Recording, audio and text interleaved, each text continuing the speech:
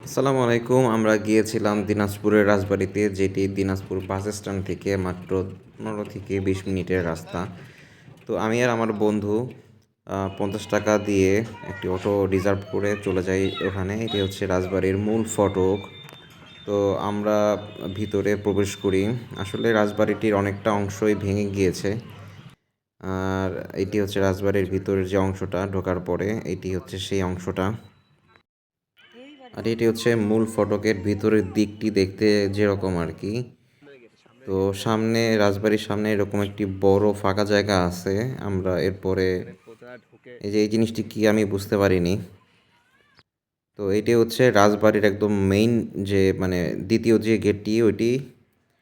তো এরপরে আর কি রাজবাড়িতে এখান থেকে প্রবেশ করলাম আমরা।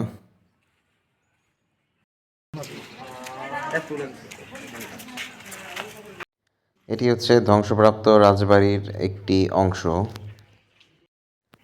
অবশেষে আমরা এই গেটটি দিয়ে রাজবাড়ির মূল ভবনের সামনে প্রবেশ করলাম। এটি হচ্ছে দিনাজপুর রাজবাড়ির মূল ভবন, যেটি রাজা দিনরাজ ঘোষ স্থাপন করেন। অনেকের মতে এটি রাজা গণেশ স্থাপন করেন।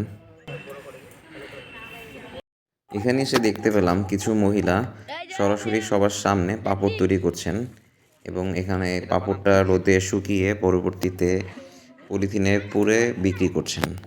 বেশ ইন্টারেস্টিং লাগলো। যাই হোক, সবাইকে অসংখ্য ধন্যবাদ আমাদের ভিডিওটি দেখার জন্য। পরবর্তীতে ভিডিও দেখতে আমাদের চ্যানেলটি অবশ্যই সাবস্ক্রাইব করবেন।